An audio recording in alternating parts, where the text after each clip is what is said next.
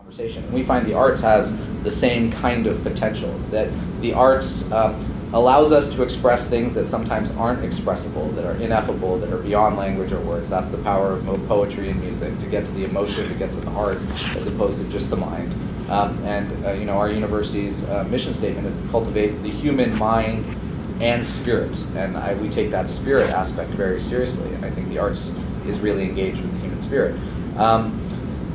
But also because, and the other component is that we also draw very heavily on our resources in Los Angeles. And Los Angeles is one of the great and maybe underappreciated art cities in the world. Obviously we have, Hollywood, and we're a center for, global storytelling through movies, but there's also incredible communities in terms of music, in terms of spoken word, art, architecture, etc.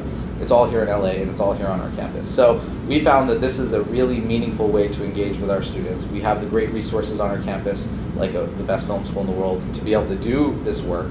We find this is where millennials are at anyway with spirituality.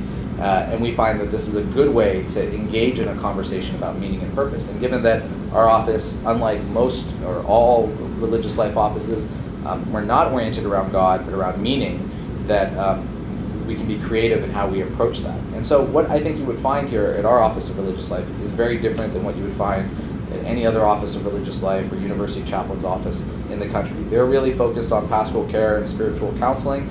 We do that as well, but we have a very expansive view in terms of how we can be relevant not just to religious people on our campus, but to all people on our campus. And we find meaning, purpose, authenticity, etc., identity are the issues that allow us to do that for both religious and non-religious people, and the arts is a very potent way